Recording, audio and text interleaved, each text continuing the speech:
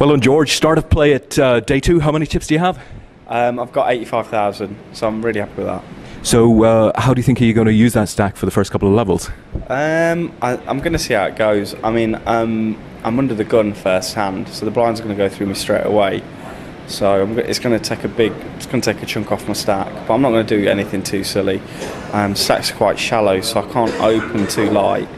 I might be looking to re-steal in a few spots if I can, but I think it's going to be a bit mad. Sort of the first level is certainly going to be, there's a lot of short stacks, so I'm just going to see how that develops. I've not got any plans in place. I just want to keep pot small. That's what we've been doing all tournament.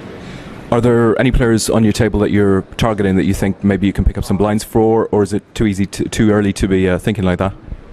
It's probably too early. I mean, the guy to my left is short stack, so if it folds around to the small blind, I might open fairly light against him because he's got to find something. But the problem I've got is I think 2 to my left, 3 to my left, I've got the table chip leader, so I can't really get too out of hand with him because I suppose he's going to make a stand, or he's going to see a few flops. So yeah, I'm gonna sit back for a bit and see what happens, and then just aggressive around the bubble.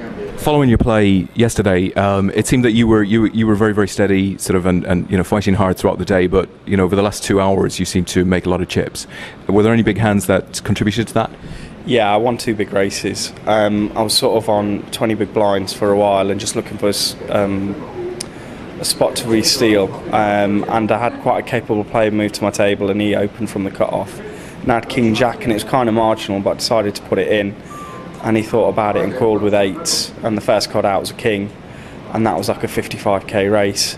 And then there was another hand, and there's a lot of people gathered around for it, where I had ace-8. I'd opened with ace-8 and got 1 flat caller, and I checked the flop when I flopped middle pair, and then he bet the turn, bet river, and I called twice with middle pair, and it was good. He'd missed a draw. So those were 2 big pots. But for most of the tournament, I've just been playing small pots. I feel that's where I can bring my edge in.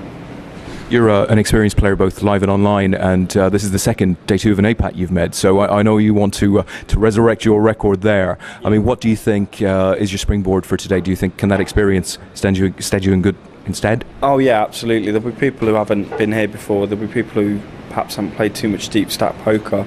So I mean, the sort of structure at the moment does take away the edge a little bit, but I think it will get deeper as people get knocked out quicker. So that's where it'll come into play. But I really want to win an APAT title. It's like a holy grail for me. Right, well listen, best of luck for the remainder of today, George, and hopefully we'll speak to you later. Cheers, Des, nice one.